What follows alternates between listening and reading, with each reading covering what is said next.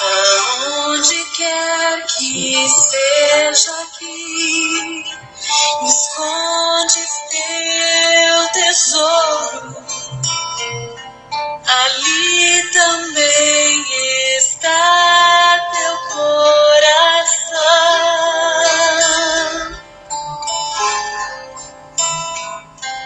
Se aqui na terra o esconderes, ladrões podem roubar,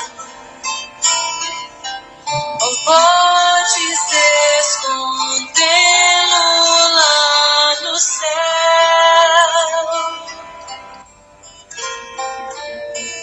Há um tesouro no final da jornada desta vida. Ele é a razão do meu viver.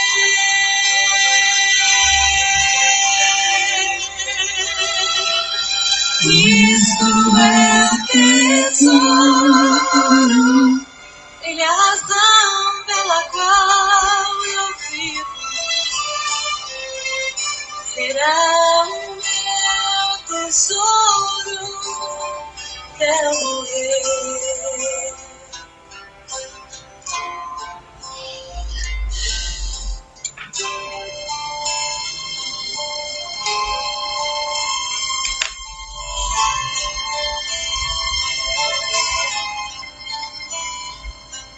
Se pensas hoje onde vais, com qual será o caminho?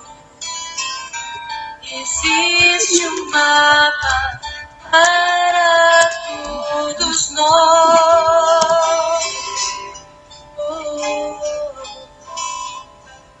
Se nós o lermos e o seguirmos, aonde Ele indica,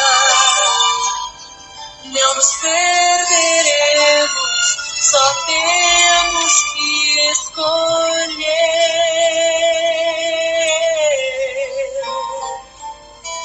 Há um tesouro no final da jornada desta vida. Ele é a razão do meu viver.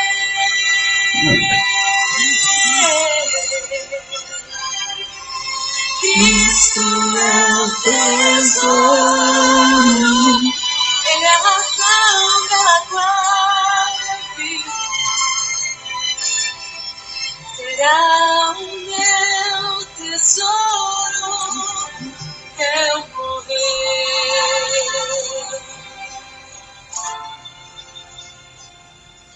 Há um tesouro no final da jornada desta vida. Ele é a razão do meu viver.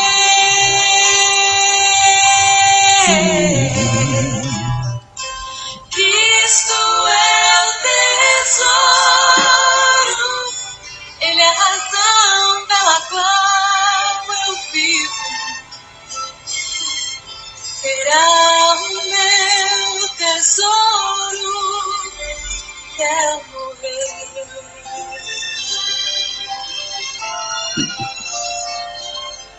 Cristo é meu tesouro até eu morrer.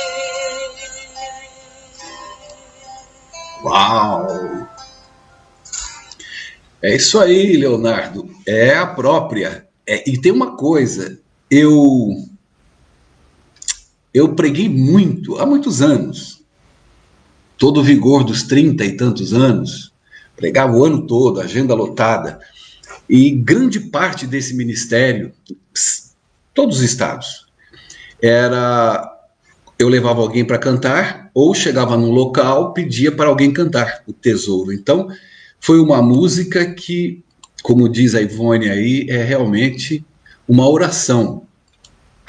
E minha vida foi pautada no evangelho, nas pregações, que eu sempre gostei de pregar, sempre preguei, sempre acreditei na justificação pela fé, até porque a minha vida foi isso, a graça de Deus, a minha vida foi e é a graça, a minha santificação é pela graça de Deus, eu não tenho outro caminho a ser tomado, eu tenho um coração apaziguado nele, não em mim, porque se eu fosse apaziguar meu coração em mim, cara, eu estava lascado.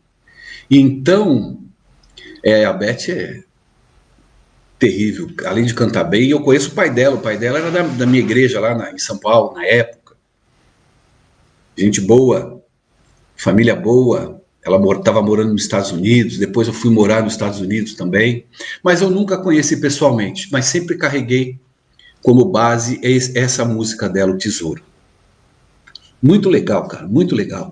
Eu estou muito feliz porque fizemos uma oração na forma e no formato que Deus queria, que Jesus queria, para atingir as pessoas que ele buscou e contemplou nessa semana. Chegamos ao final. Hoje é o último dia. Dá uma tristeza. Alguém me falou hoje que a gente acaba acostumando, né? Eu sei porque eu frequentei semanas de orações na minha vida e acostumava com o pregador, com a palavra, com a semana poderosa, e no final aquilo causava um certo vazio, uma vontade de continuidade. Mas o mais importante hoje é darmos continuidade com aquilo que aprendemos.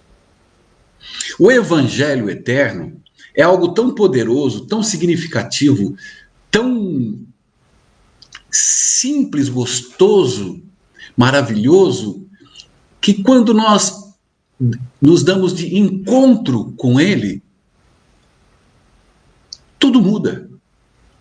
Eu estou com YouTube, Facebook, só não fui para o Instagram porque também eu ia ficar doido. Mas estamos aqui no YouTube e tal. Agora, o que faz as pessoas sofrerem hoje no meio do nosso povo? Infelizmente, ainda é a soberba, a arrogância, o do abastado sou e nada necessito. A gente muitas vezes se diz conhecedor de tudo, não conhecemos nada, nem nas informações, nem nas profecias, muito menos no Evangelho e muito menos pelos frutos do Espírito Santo, a qual eu sempre prego. Você quer conhecer a tua vida, o teu cristianismo, você olhe e perceba os frutos que vêm trabalhando em você. Quais são os frutos? Deu uma pipocada aqui, eu não sei se eu saí, se travou, mas agora voltou. E o maior ponto e maior vitória é quando a gente sabe que não entendemos o Evangelho. Temos que buscar de Deus vontade, desejo, colocar o tesouro lá dentro, não o de fora, mas o tesouro de dentro. Teu coração está nele, é nele que vem a apaziguação da alma, o conhecimento da palavra, a doçura do amor de Cristo na sua vida, mulher. Porque nós estamos na Semana das Mulheres Poderosas e hoje nós vamos falar de uma grande, tremenda pecadora, ex-pecadora, a mulher que teve uma vida totalmente de ponta cabeça, atribulada. Eu não vou contar a história dela, eu vou ler, vocês já conhecem. Nós vamos fazer algumas colocações para a tua vida, mulher. Nós temos que entender que alguns pontos são importantes. YouTube, Facebook, alguns pontos são importantes. Por exemplo, a mulher quer que o reino de Deus entre nela, ok? É o que vocês estão buscando. Querem ir para o reino de Deus. E barra a entrada do reino no coração. Isso ocorre muito. Pessoas deixam as coisas externas tomarem conta delas. A sua vontade e amor pelo dinheiro, pelo bem-estar, por um relacionamento, desejo das coisas que a vida oferece, ela está sempre transportada para o externo. O reino de Deus está sempre em segundo plano. O conhecimento da palavra está sempre em segundo plano. Ela normalmente deixa a sua religião tomar posse dela e o evangelho aos sábados, um dia na semana. Outros constroem coisas piores, vão buscar a Deus em drive-thru. Pegam seu carro e vão para uma linha de paganismo sem tamanho. Vão atrás de 1, 2, 10, 50 pastores para orarem na cabeça dela, para orarem no carro dela. Isso é de um paganismo sem tamanho, sem precedência. É de uma pobreza espiritual que não cabe no reino de Deus, não cabe no evangelho, cabe na cabeça dela que deixou a religião pagã entrar no seu coração. Isso é na minha igreja e nas outras igrejas. Porque não deixa o reino de Deus entrar dentro delas. Por quê? Porque se o reino de Deus, a graça entrar dentro dela, ela tem que ser transformada. Ela será transformada e ela não quer. Ela quer manter esse pavio entre o bem e o mal, o reino e as coisas dos prazeres da vida, do olhar, do coração dela, os desejos que ela tem. O olhar externo em busca de felicidade, de coisas, de parâmetros que só Deus pode nos conceder, no sentido de: eu tomo a minha iniciativa para ganhar dinheiro. Ontem eu falei que quem frustra é Deus, não é o diabo. O diabo ilude. E Deus me frustrou muito, eu sempre quis ganhar dinheiro a minha vida toda. Depois que eu me converti então e ouvi o evangelho da prosperidade, o poder de Deus, aí eu endoidei. Mas nunca Deus permitiu, ele me frustrou uma vida. E hoje, de uns anos para cá, que eu entendi o que é o evangelho. Qual a minha participação no evangelho? Quais os frutos do evangelho? E na vida dessa mulher que nós vamos falar hoje, que causou um grande impacto na vida dos rabinos, dos religiosos, das igrejas, de que, cara, ele andava com as mulheres, ele falava com mulheres, ele passava a noite com as mulheres. Jesus cuidava e era cuidado por elas, elas caminhavam com ele, pelo menos 8 delas participavam e partilhavam das coisas dele, da comida, arrumavam as roupas dele. Teve uma lá que a Bíblia cita, mas com certeza tem mais, de que ajudava Jesus com seus bens materiais. Rica.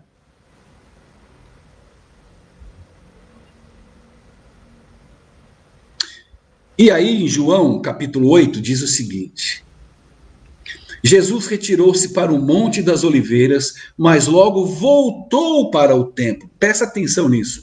Jesus retirou-se para o Monte das Oliveiras, para quê? Orar, mas logo voltou.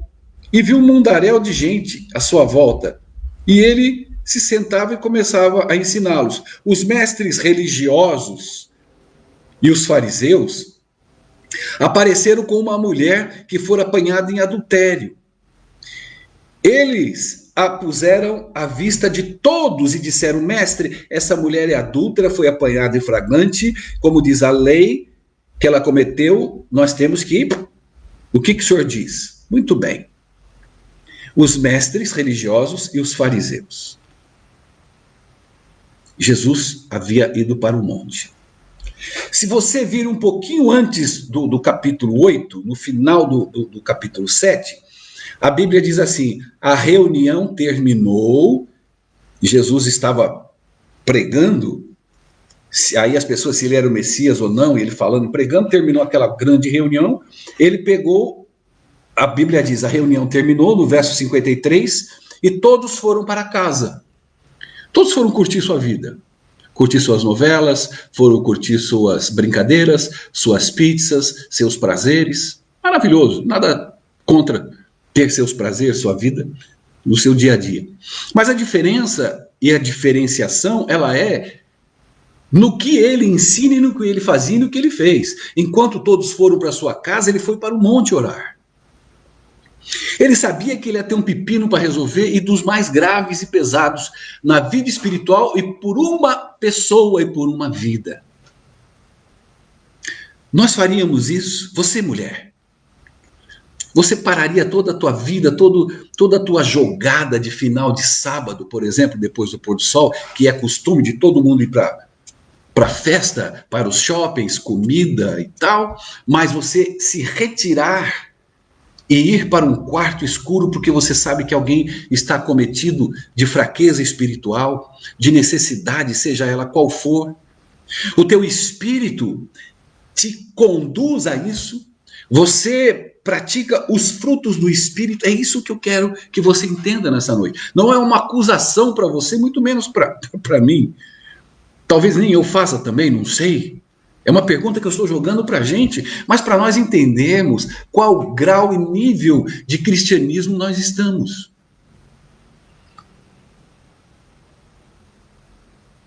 E as mulheres sempre fizeram parte das manifestações de Jesus.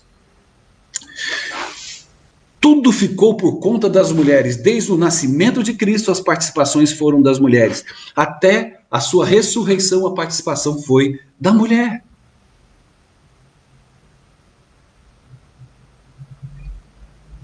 Tinha uma tal de Joana, que era a esposa de um camarada lá de Herodes Agripa, ela fazia parte da família, que ela foi seguir Jesus, e o marido teve que trabalhar isso no coração dele. Ele aceitou, porque ele também se tornou um cristão, mas psicologicamente aquilo para ele, ela ficou meses e meses buscando, querendo entender, com fome e sede. É tudo loucura, porque as coisas do evangelho são loucuras para as coisas desse mundo. Sherry, você tá louco que eu vou fazer isso? Pelo amor de Deus, minha família toda indo lá comer pizza, tudo, eu vou largar todo mundo e vou orar. É assim que a gente trata o evangelho, como segundo plano. Infelizmente. Mas Jesus está conosco, com as nossas fraquezas, com as nossas dificuldades, tentando nos buscar, tentando nos ensinar, tentando nos ressignificar, tentando mostrar, principalmente com a história dessa mulher que foi pega em adultério, uma mulher que participou realmente de um grande erro. Ela trouxe pessoas em falência familiar, ela saiu para sobreviver com homens de todas as espécies, e a grande maioria eram os fariseus, eram os mestres religiosos. Mas as mulheres sempre caminharam com Jesus, pertinho do seu coração. Sempre beberam da sua água, da sua fonte. Um copo de água de Jesus se torna uma fonte inesgotável dentro da gente. Nós não temos só que saber, temos que entender e viver. Eu sempre falo, gente, o cristão, normalmente ele tem histórias para contar. Ele tem testemunhos dos seus frutos. E ele tem que incentivar as pessoas. Ele tem que passar, ele tem que se manifestar. Pessoal do YouTube, eu quero dizer para vocês o seguinte, e para vocês, minha querida, do Facebook. Aquelas participações das mulheres criava um nível de proximidade e segurança tão grande que quando Jesus ressuscitou Madalena, Maria, a prostituta, ela gritou: Senhor, meu Deus, meu Senhor, meu mestre, e ela quis pular no coração, no pescoço, na alma, nos pés. Ela queria derrubar, beijar, abraçar. Ela estava toda dele. E pode ser até que no início de todo um processo, algumas dessas mulheres tiveram até uma paixão súbita, um desejo de homem, meu Deus, que homem inteligente, que amoroso. Mas aquilo na convivência foi apaziguando o coração. Elas foram vendo de fato quem era aquele homem, aquele amor, aquele misericordioso, aquele Deus. E vou te falar, quando tentaram pegar essa mulher, quando tentaram matar essa mulher, quando tentaram acabar com Jesus, quando tentaram de alguma forma a religiosidade, porque ela vem para te abafar, ela não suporta a graça, o religioso não suporta a graça. O religioso vende para você um Deus mesquinho, um Deus cruel, um Deus acusador, um Deus nervoso, um Deus cobrador. E Jesus só diz uma coisa, cara, nós somos como, ou devemos ser como um grão de mostarda. Se nós morrermos, nós iremos frutificar e aquilo se multiplicará por muitas vezes. E qual é essa morte? É deixar esse evangelho entrar dentro de você, mulher. É entender a sua posição ao lado do Messias. É saber que mesmo que você esteja numa condição tão cruel, tão pecadora, tão má como essa mulher, ali estará ele sentado, ajoelhado ao seu lado. Está ao seu lado, cuidando de você, olhando você. E o mais interessante, o mais lindo de tudo isso, que eu quero que você entenda, foi que quando aqueles homens estavam babando para testar e acabar com Jesus, e Ellen White diz que eles prepararam tudo aquilo para fazer o que queriam fazer com aquela mulher. Foi tudo preparado pelos religiosos. Dentre eles, haviam os homens que tinham participado da parte sexual com ela, vários.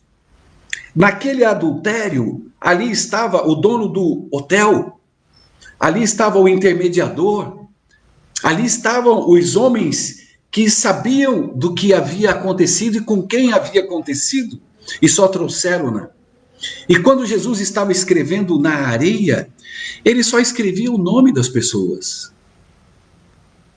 Rashid, Caleb. E Ellen White diz que aqueles homens, quando viram que Jesus não falava, eles ficaram irritados, e eles sabiam que aquele procedimento era errado, mesmo que Moisés havia dito, porque aquilo tinha que passar por uma comissão, tinha que pegar o homem que adulterou, a mulher que adulterou, tomar-se entre si a verdade, a mentira, pesos e medidas para se tomar a lei de Moisés.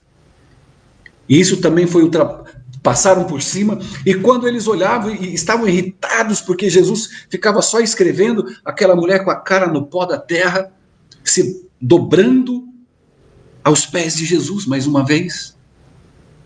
Aqueles homens se aproximaram dele para infernizá-lo, para acusá-lo. E quando eles começaram a ler o que estava naquela areia, eles começaram a jogar as pedras e foram se afastando com os olhos esbugalhados, com medo de Jesus contar, porque eles falaram, meu Deus, eles achavam que Jesus era um ser demoníaco, um profeta de Belzebu, e que sabia de tudo. Apavorados, e as pessoas foram vendo aqueles líderes, rabis, mestres, saindo fora, jogando as pedras, todo mundo pulou fora. E lá estava o nosso advogado. E lá estava, mulher, o seu defensor. Lá estava o Deus ao seu lado, cuidando, advogando e te chamando para você estar ao lado dele. Quando ele disse para ela, alguém te condenou? Versos 9 a 11. Ninguém, Senhor. Eu também não te condeno. Cara, você sabe o que aconteceu ali, nesse momento? A graça de Jesus. nem eu te condeno. Isso é justificação pela fé. Isso é olhar para uma prostituta e falar: agora para mim você é ex-prostituta. Agora para mim você é minha filha, é filha do meu reino. Agora eu vou te encher de poder. O testemunho da sua vida vai valer acima de todos na face da terra. E o teu nome será incluso no Evangelho eterno, para que todos saibam o quanto eu te amei. Vá e não peques mais. Sabe o que é isso? Sabe o que é isso? É a graça da santificação.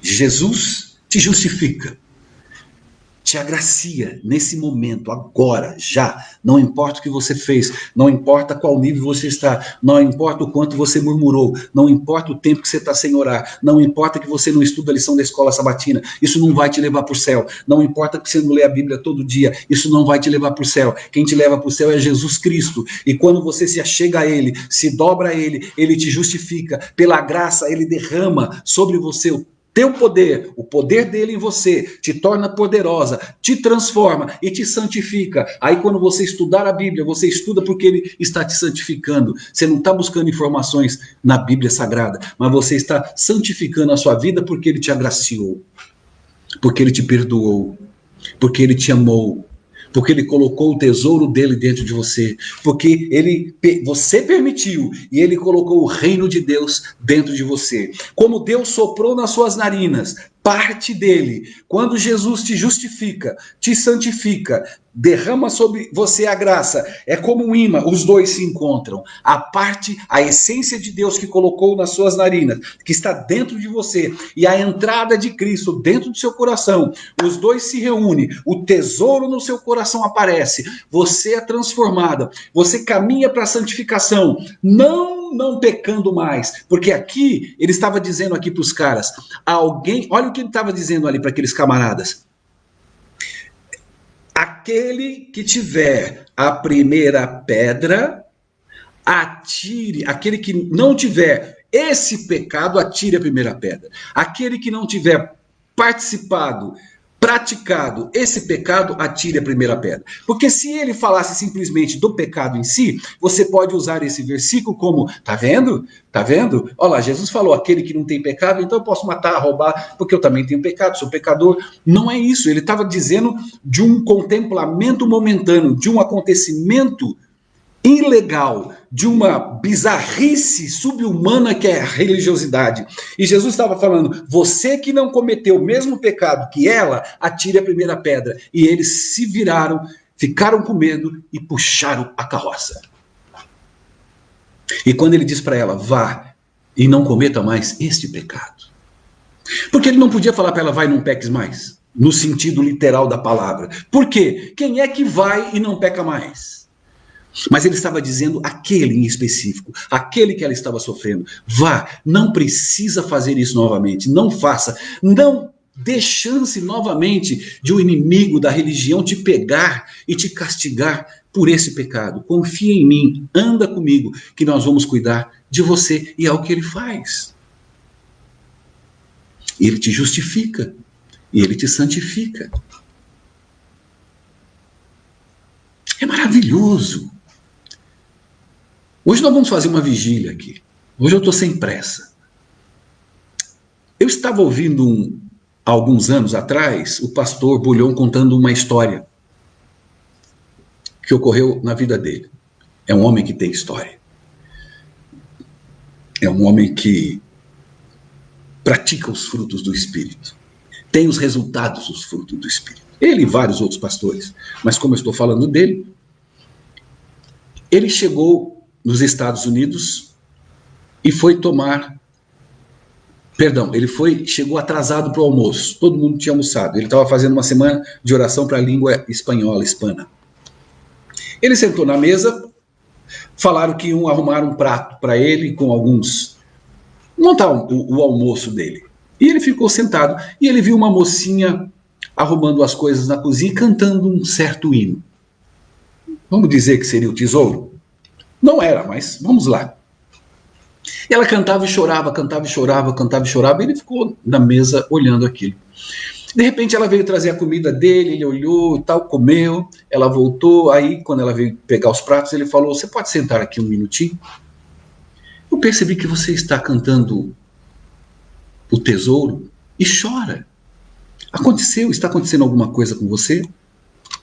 Aí ela falou, não, pastor, comigo, graças a Deus não, mas essa música me lembra os piores e os melhores momentos da minha vida. Ele falou, então me conta. Ela falou, o senhor quer ouvir a minha história? Ele falou, sim, minha querida, conta. Ela falou, tá bom, pastor. Eu morava no interior dos Estados Unidos. E eu tinha um sonho de ser cantora. E eu sabia que eu canto muito bem. Ele falou, eu percebi. E ela falou, eu onde morava não tinha chance alguma. Então eu queria ir para a grande cidade, para Nova York, porque lá eu podia buscar as grandes oportunidades. E aí ela foi, vou resumir a história, e começou a buscar, a cantar em estúdios e fazer testes e tal, e nunca conseguia uma chance, uma oportunidade. Era uma moça muito linda, muito bonita. Até que um dia alguém a seduziu para bancar ela, lançá-la, ou lançar um disco para ela. E ela se empolgou, foi se deixando levar, acabou se deixou levar à sedução, e como Maria foi para a cama com o rapaz desapareceu depois de um certo período, algumas semanas. Ela ficou perdida, sozinha, desesperançada, o dinheiro já no fim. Encontrou outra pessoa, fez as mesmas promessas, não cumpriu, e assim ela foi caminhando a sua vida, até que chegou um dia que ela não tinha mais aonde morar, aonde comer, estava passando fome, ninguém a ajudava, não conhecia ninguém, e ela então teve uma ideia de vender o seu corpo. E aí ela começou a ganhar $100, $80, $50, e aquele dinheiro fácil começou a entrar todos os dias para ela, e ela falou, agora eu vou começar a fazer disso a minha profissão, vou mandar dinheiro para minha família e vou gravar o meu disco. E começou a fazer 3 meses, 6 meses, 1 ano, começou a beber. A cada programa ela já não conseguia fazer por vontade própria, já tinha que estar bêbada.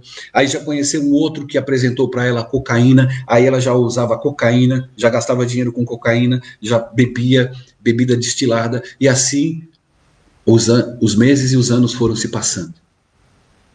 E essa menina, jovem ainda, mas com cara já de acabada, de velha, toda desfigurada, cansada, não sabia mais o que falar para a família, não gravou nada, não guardou dinheiro. Numa madrugada, ela sentou no fio da calçada e alguém passou por ela e entregou um panfleto falando de Jesus. Ela de bota alta, vestido vermelho, batom, peruca. Pegou aquilo, cansada, jogou na bolsa e foi para casa. Dormiu, acordou, fez a sua higiene, almoçou e tocou a vida de novo, se preparando num domingo para voltar ao trabalho. Quando ela, chorosa, deprimida, apavorada, sem esperança, tirou o pente, a escova para pentear o cabelo para sair, o panfleto caiu em sua frente. E ela leu falando do amor de Jesus. Falando, alguém te condenou? Ninguém, Senhor. Então nem eu te condeno. E ela começou a chorar. Aquela mensagem impactou o coração. Foi uma mensagem de esperança, uma voz do céu. Quando ela virou, ela leu Igreja Adventista do Sétimo Dia, o endereço, o bairro, pegou aquilo e falou: eu não vou trabalhar hoje. E foi para a igreja.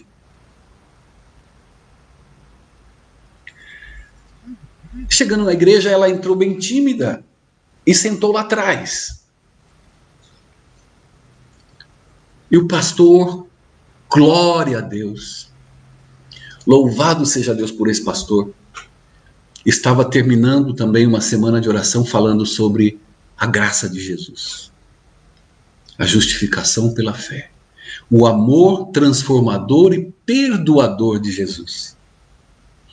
E aquela moça incomodada ouvindo a palavra poderosa de Deus, chamada por Deus para ouvir a sua voz, e a ouviu, porque a mensagem foi de um homem de Deus. Ela chorava muito e aquilo o pastor ficou incomodado. Mas ele sabia, pelo jeitinho dela, pelos vestimentos, ela estava pronta para ir para a prostituição. Ninguém reparou nela, cumprimentaram, deixaram ali quietinha, numa boa. Ela falou: não, eu prefiro ficar aqui. Ficou legal. Terminou o culto, todos foram embora, ela continuou ali chorando. Aí o pastor a chamou e ela sentou na frente da cadeira, em frente ao púlpito. Ele sentou ao lado dela e falou: minha filha, o que está acontecendo? E ela contou essa história. Aí ele orou com ela, como Jesus fez com Maria. Ele orou com ela com muito fervor e pediu a misericórdia e os caminhos de Deus na vida dela. E se apaixonou por aquela mocinha. E falou para ela: olha, minha querida, minha esposa está chegando. Ele já tinha uma certa idade, já estava perto de se jubilar. E eu tenho certeza, eu vou falar já em nome dela, nós temos em nossa casa um quarto de um filho que nós perdemos há alguns anos. Esse quarto está lá, intocável e imexível. E eu queria te fazer esse convite. Assim que ela chegar, você ir conosco para ficar e tomar o lugar do nosso filho. Loucura! Loucura! Loucura! E a mulher chegou e ela ficou sem graça, e a mulher a convenceu, e ela foi, e a esposa do pastor a abraçou, a acolheu. Eles foram para o shopping. Ela falou: não, eu preciso buscar minhas roupas. O pastor falou: não, minha filha, agora você é uma nova criatura em Jesus. Nós vamos comprar com você as roupas que você quiser, que você se sentir bem. E ela comprou as suas calças jeans, seus tênis, suas roupinhas, e eles a colocaram dentro de casa. O tempo passou. O pastor e a esposa a colocou, ela já apaixonada por Jesus, apaixonada pelo carinho da família cristã que a acolheu, ela foi colocada num colégio para estudar. E era esse colégio que o pastor Bulhon encontrou com ela. E ela diz: pastor, eu choro de tristeza pelo que eu vivi. Mas esse choro que o senhor está ouvindo é muito mais de alegria por eu ter tido a oportunidade de encontrar Jesus. Ou melhor, de ser encontrada por ele. E ter aceitado. Vai, não peques mais. E aqui estou, terminando a minha formatura. Ajudo minha família, minha mãe, minha família toda a receber o Evangelho.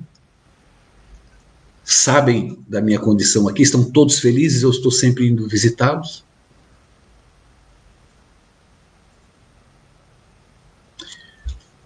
Minha querida, Sodoma e Gomorra não foi destruída por causa do pecado. Aprenda isso. Deus não destrói ninguém por causa do pecado, senão ele destruiria Nínive. Sodoma e Gomorra foi destruída porque faltavam justos. Abraão: Senhor, se tiver 10 justos, eu não destruirei. Lá não havia justos. Em Nínive havia. Então, o pecador, a pecadora, é olhada com compaixão, com misericórdia por Deus. Talvez não pelo religioso. Ele vai te apresentar um Deus que não existe, um Deus pagão, mentiroso. E talvez você tenha aprendido isso ao longo da sua vida cristã. Apaga tudo da sua mente. Olha a história dessa mulher. Veja o que Jesus fez de alguém que foi pega em flagrante adultério e foi atirada aos pés dele, numa condenação fria e mórbida pelos homens que professavam crer em Deus. Não dê ouvidos. Dê ouvidos ao Evangelho de Jesus. Dê ouvido a esse amor transformador, a essa graça, a essa justiça que é imputada, que é colocada no teu coração por amor que ele tem por você. Não pelo que você faz e não pelo que você fez. Jesus não olha o teu passado e muito menos o teu futuro. Ele olha o teu presente ao lado dele. E enquanto você estiver mirando Jesus no teu coração, tenha certeza de que você será usada por ele. Você também, aprenda uma coisa, pessoal do YouTube e do Facebook, as mulheres, aprenda uma coisa. Às vezes você se pergunta, por que então que eu tenho que orar, Sherry? Porque se Deus sabe tudo, porque eu oro e Deus não me responde, oro, peço e Deus não atua nos meus pedidos.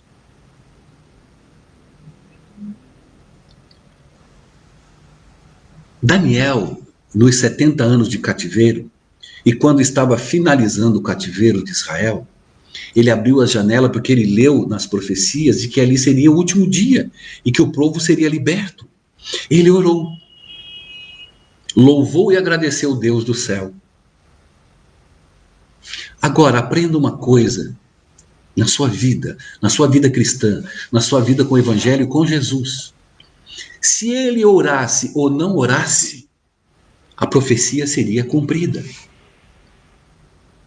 Nós estamos esperando o derramamento da chuva temporã e serôdia. Se você orar ou não orar, ela cairá sobre os filhos de Deus. A tua oração não muda os modos operantes de Deus. Então por que eu oro? Porque ela seguia a Cristo, falava, orava, buscava, se jogava aos pés dele. Qual que é a intenção da oração, da minha vida com Deus, com o céu? Eu não entendo. Eu oro por tudo, eu peço tudo. Eu sento ou me ajoelho e fico falando nomes de 30 pessoas para ganhar mais tempo em oração. Sabe por que você deve orar? Sabe por que você deve orar? Para fazer a vontade dele. Sabe por quê? Porque você tem que estar dentro dos planos dele. Por que Daniel, ao orar, participou daquele plano e foi liberto? Porque ele entrou, ele estava dentro das estatísticas e do trabalho que Deus vem fazendo na terra. A oração é para isso. Senhor, eis-me aqui, Pai. Me abençoa, me derrama o Espírito, Pai, abençoa o meu pastor. Senhor, derrama teu Espírito sobre a minha igreja, tenha compaixão. Eu não estou pedindo isso para que ele tenha compaixão, porque ele já é compaixão. Eu não estou pedindo isso para derramar nada em ninguém, porque ele não vai derramar porque eu peço. Ele vai derramar porque ele vai derramar. Mas quando eu estou em contato com ele, em santificação, ao lado dele, eu estou participando da vontade dele. Eu não peço na minha oração para que ele faça algo em mim e por mim, não. Mas é porque ele já está fazendo algo. No momento que eu oro, eu estou dando resposta ao Espírito. E no momento que eu contemplo a beleza do meu Senhor, que eu falo com ele, é porque ele já está trabalhando, tanto nas coisas dessa terra, como no meu coração. Então relaxa. Não entra na paranoia enlouquecida, ensurdecedora dos religiosos, daqueles que vendem a facilidade do evangelho em troca de barganha financeira. Dá lá, toma cá, dá todo o teu dinheiro, dá tudo que você recebe, dá o teu carro. Venha para a igreja em todos os momentos, estude, faça as suas manifestações de manhã. Tudo isso é paganismo. Eu não estudo a Deus para conquistá-lo, não, porque eu fui conquistado que eu estudo a palavra de Deus. Quando eu oro, não é porque eu quero mudar ou porque eu quero que ele faça algo por mim ou por você, não, é porque ele está fazendo e vai fazer, eu orando ou não. Então, quando Deus busca o seu povo, é aquele povo que está em oração. Aquele povo que está com o coração aberto para adorá-lo. O Espírito vem, como fez com ela, com Maria, e como fez com essa menina da história e do testemunho do pastor. De uma prostituta, a filha de um casal de pastor. De uma menina abandonada na vida, se formando em música, saindo maestrina, pela misericórdia de Deus. Só por isso. A gente tem que dar formas às coisas invisíveis de Deus. As coisas de Deus são invisíveis, ninguém vê nada. Nada acontece porque alguém vê, não, mas eu, como filho de Deus, eu tenho que transformar tudo isso em coisas visíveis, palpáveis, para que as pessoas creiam. Esses dias uma moça me falou, Sherry, mas eu não estou me sentindo, eu não estou sentindo nada, minha vida é vazia, meu cristianismo é vazio. Eu falo, meu Deus do céu, até quando? Por isso que Jesus falava, até quando eu tenho que estar com vocês? Até quando, homens de pequena fé, mulheres de pequena fé? Aprenda uma coisa, você não tem que sentir nada, porque fé não é sentimento. A oração da fé não é oração de eu estar sentindo bem ou mal. Você imagina e você pode calcular na tua vida se Paulo dependesse dos seus sentimentos para acreditar no Deus de Israel, para acreditar em Jesus Cristo. O homem foi vituperado, saqueado, cortado, passou fome, passou frio, ficou doente, apanhou, sentiu dores, mal dormia, não comia. O homem passou todo tipo de atrocidade. Imagina ele falar, oh meu Deus, eu não estou sentindo o Senhor. Ele tinha convicção. Ele caminhava, ela caminhou ao lado de Jesus e na sua ressurreição ela estava lá e foi a primeira a contemplar. Quando ela olhou aquele homem, ela falou, onde está o corpo do meu Senhor? Me fala que eu vou buscar. Aí ele falou, Maria. Ela falou, Senhor, meu Deus, ela já queria engolir Jesus. Então, esse é o Evangelho. O Evangelho, ele é diferente de tudo que você acredita. Para Deus, o fraco é que é forte. O último é o primeiro, o que chora é feliz. Não entra nessa de sentimentos. Entra na convicção de que você serve ao Deus de Israel. De que você foi chamada por Jesus, de que você é uma mulher especial, não porque você é forte, poderosa, imaculada, porque você sabe lavar, passar, cozinhar, não, mas porque Ele está com você e você está com Ele. Seja poderosa nele, creia nele, se transforme nele, ore por ele, tenha fé nele, caminhe na sua vida sabendo que Ele está com você. E que você não precisa mais nada além dele, porque os demais ou as demais coisas vos serão acrescentadas. Ele te tirou do Egito. Agora de Babilônia é você que tem que sair. Tomando a decisão que você sai de Babilônia ao lado dele. Eis-me aqui. Eu vou te buscar agora em louvor e adoração por um motivo, porque eu quero fazer parte dos seus planos. Eu não oro para Deus porque eu quero coisas de Deus. De forma alguma. E Deus sabe disso. Eu oro a Deus porque eu quero estar lá. não me ponha fora. De manhã, e aí, pai, obrigado, estamos juntos, eu te adoro, eu te amo. O que tem para hoje? Não tem nada. Às vezes tem uma semana que não tem nada. Eu estou apaziguado, eu estou feliz, eu não vou buscar chifre em cabeça de cavalo, porque muitas vezes eu posso atrapalhar a obra de Deus. Então eu ando com Ele, sou motivado por Ele, e muitas coisas aconteceram na minha vida e acontecem para a obra dele. Muitas. Se eu fizer uma semana de oração só de testemunhos ao lado de Jesus, eu faço uma semana de 1 hora, pelo menos, por dia. E é uma ideia.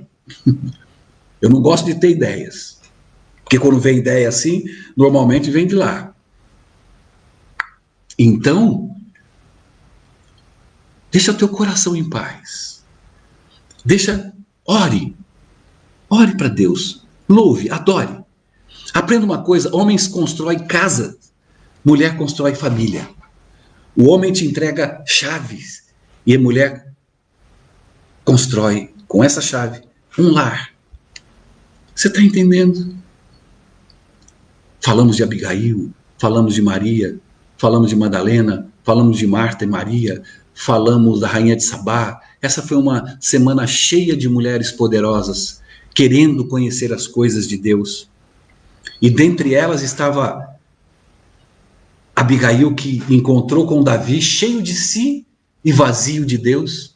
E quando encontrou com aquela mulher poderosa na palavra, no amor, fez Davi sair cheio de Deus e vazio de si. Esse é o Evangelho. Que Deus te abençoe. Aprenda que nós não trabalhamos para Jesus. Eu não trabalho para Ele. Eu ando com Ele. Faça isso na sua vida. Simplesmente, não precisa fazer mais que isso. Garanta o teu tesouro. Garanta a tua paz ao lado dele. Busque nele a vontade dele. Busque nele. Persevere nele, acredite nele, ore por ele, tenha fé nele, porque ele não vai te deixar e não vai te abandonar. Nunca. Ele é fiel. Talvez você não seja, talvez eu não seja, mas ele é. Nós vamos orar. Pela qual eu vivo, será o meu tesouro até eu morrer.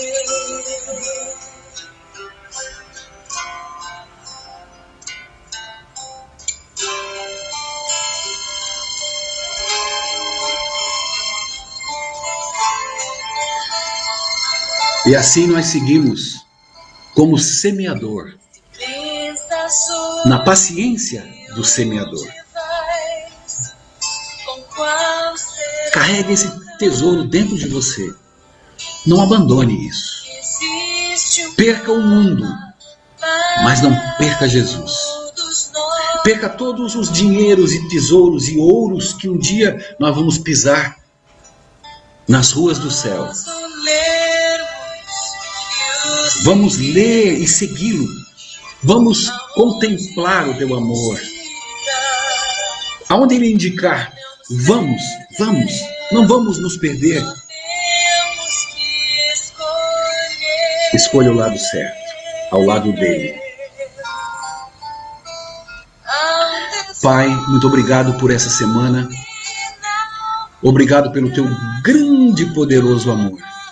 Obrigado pela transformação que o Senhor fez na vida de Maria e de tantas Marias que estão nos acompanhando nesta noite e que acompanharam essa semana. Que o Senhor possa derramar, Senhor Deus, o teu tesouro em cada coração e que essas pessoas que estão nos ouvindo possam transmitir a outras pessoas aquilo que aprenderam e aceitaram. Um feliz sábado a todo o nosso povo. Louvado seja o teu nome, em nome de Jesus. Amém. Obrigado, meu irmão, minha irmã. A semana de oração está completa no YouTube. Nós temos, por cada vídeo desse, quase 1000 visualizações já. A tendência é crescer. Então, se você quiser buscar, eu vou deixar o link do YouTube e a SD Jesus Cherry Filho para você acompanhar a cada dia e estudar a palavra de Jesus. Vamos encerrar com essa música. Eu já me despeço de você com muito carinho. Fica na paz. Meu tesouro é o Rei.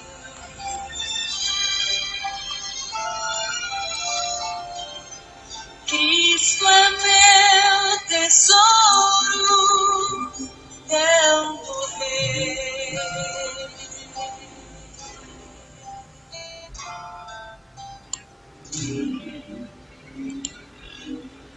Tchau. Até a próxima. Amanhã, 11 horas da manhã. 11 horas da manhã.